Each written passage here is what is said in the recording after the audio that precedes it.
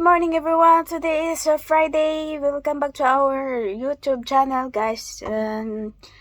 Ngayon ay February 10 na po siya. February 10. So, sobrang tagal ko na dito sa pinsan ko. So, nung nasa agency pa ako, yung ano ko is 5 months ako doon sa agency, hindi nila ako binilhan ng visa. So, tapos nung December is kinuha ko ng pinsan ko. Sumama naman ako kasi akala ko tutulungan nila ako. Papahiramin nila ako ng pera kasi which is nagka-problema ako dito, no. So,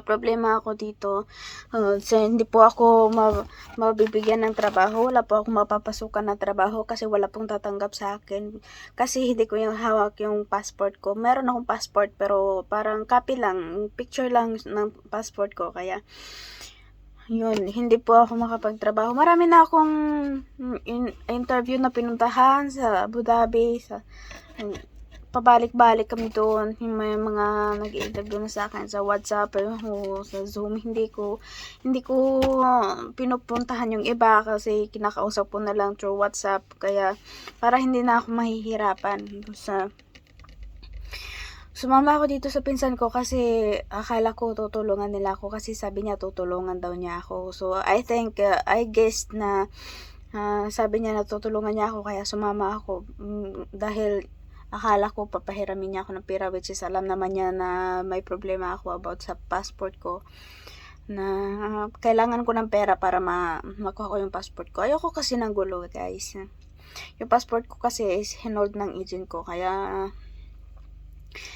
wala akong trabaho makukuha, wala akong trabaho mapapasukan hanggat sa na halos ma-depress na ako, guys. Hindi ko na alam yung gagawin ko. Hindi ako makakatulog gabi-gabi, para na akong aswang. Magdamag akong gising, tapos pag nakakatulog naman ako, 1:00 or 2:00, gising ako 4:00. Mula 4:00 ng madaling araw hanggang ganitong oras hindi na ako nakakatulog, which is ngayon is 12:00 na, mag-1:00 na.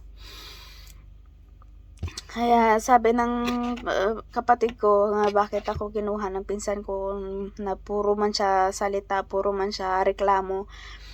Kasi nagkabangayan sila ng kapatid ko. Sabi ng kapatid ko, bakit mo kinuha yung kapatid ko tapos ngayon puro reklamo ka?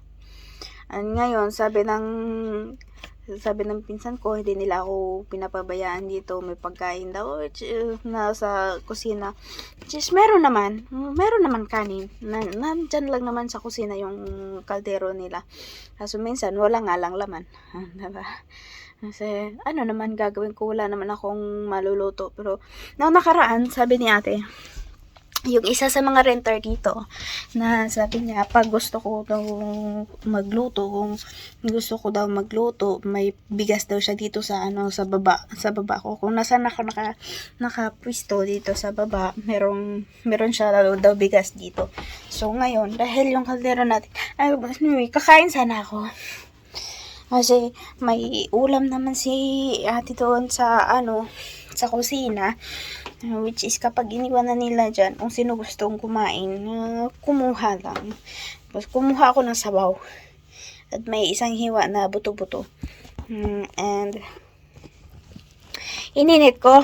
Tapos pagtingin ko sa kaldero, walang laman, walang kanin. Kaya ngayon manghits tayo ng bigas ni ate. Yun, dito siya nakatira sa tabi ko, which is dito ako sa taas. Nagliligpit ako, kaya ang kalat-kalat. Ayan, niligpit ko yung mga gamit ko kasi ilalagay ko siya sa isang malita para hindi ako mahihirapan. Sabi ko, ipapakargo ko sana, kaso ayun ang pamilya ko, magpakargo ako kasi wala nga daw akong passport. Makahanapan ako ng passport, and sabi nila wala ako lumabas kasi baka mahuli ako ng pulis. Kasi nga wala nga akong papers. Kaya ngayon, kailangan natin ngayon is magluto. Manghits tayo ng bigas. So kukunin natin yung kaldero. Dito si ate nakatira. Diyan siya nakatira. Tapos ako doon sa taas. Ayan, nagliligpit ako. Ayan, mga sinampay yan dyan. Ano pa, nagliligpit ako ng mga gamit ko. Ilagay ko sa isang malita lang. Kukunin natin yung kaldero. Huhugasan ko muna. Kasi merong kanin. Oo. Meron naman kanin. Yan. Kikita ba? Yan. Yan yung kanin. Diba? May kanin naman. Madami. Yan.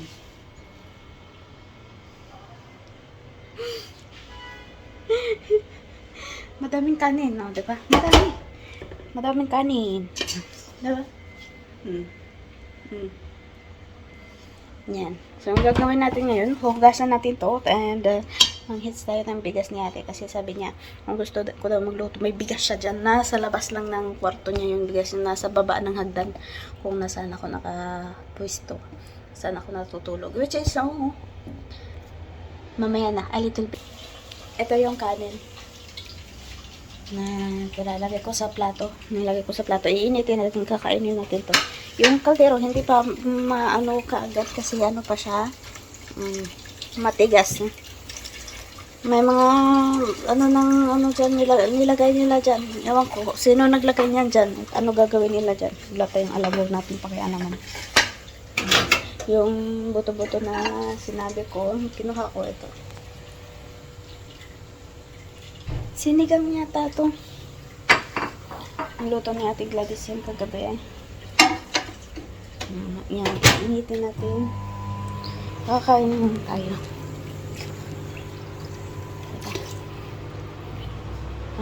Doon tayo sa lamesa. Ito yung buto lang. Kinuha ko. Hindi pala alauna eh. Ay, hindi pala alas 12. Alauna na pala. Kain tayo guys. Ito. Kakain na lang ako kasi gutom na ako.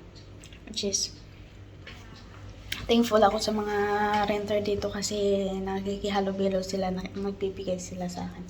Pinibigyan nila ako, parang naaawa sila sa akin. Kasi ate, mamaya ako kuha ako ng bigas tapos mamaya na ako magpaalam. Pero alam naman na niya. Kaya sabi nga niya, pag gusto kong magsaing, kukuha na lang ako doon sa inano niya. Yung bigas niya nasa baba ng hagdan. Yeah. Ito yung kanin natin at yung sabaw. Ito yung ating tsaa na walang asukal. Thank you for watching guys. Hope you will enjoy. Dito na lang ang ating vlog. Thank you for watching. Bye-bye! Stay safe and healthy. Good luck! Yan, hindi ako nakapagsaing hanggat hindi si ate nakarating.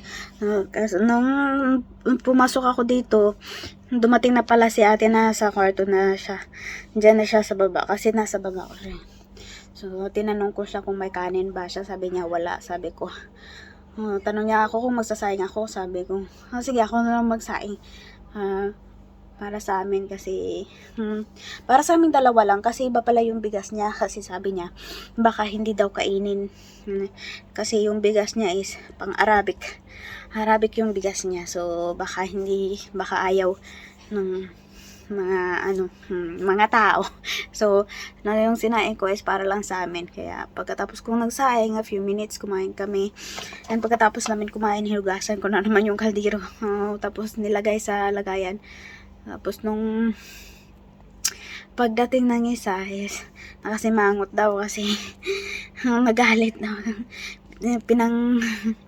Pinatapon daw yung plato niya doon sa lababo. Sabi ko, diba sabi ko sa inyo, kasi nagsumbong sila na yung machine is nasira.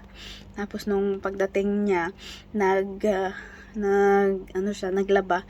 Umandar naman daw. Tapos tinawagan niya yung mga tenant dito na sino daw nagsabi na yung machine is sira. Hindi naman daw kasi naglaba siya. Umandar naman daw.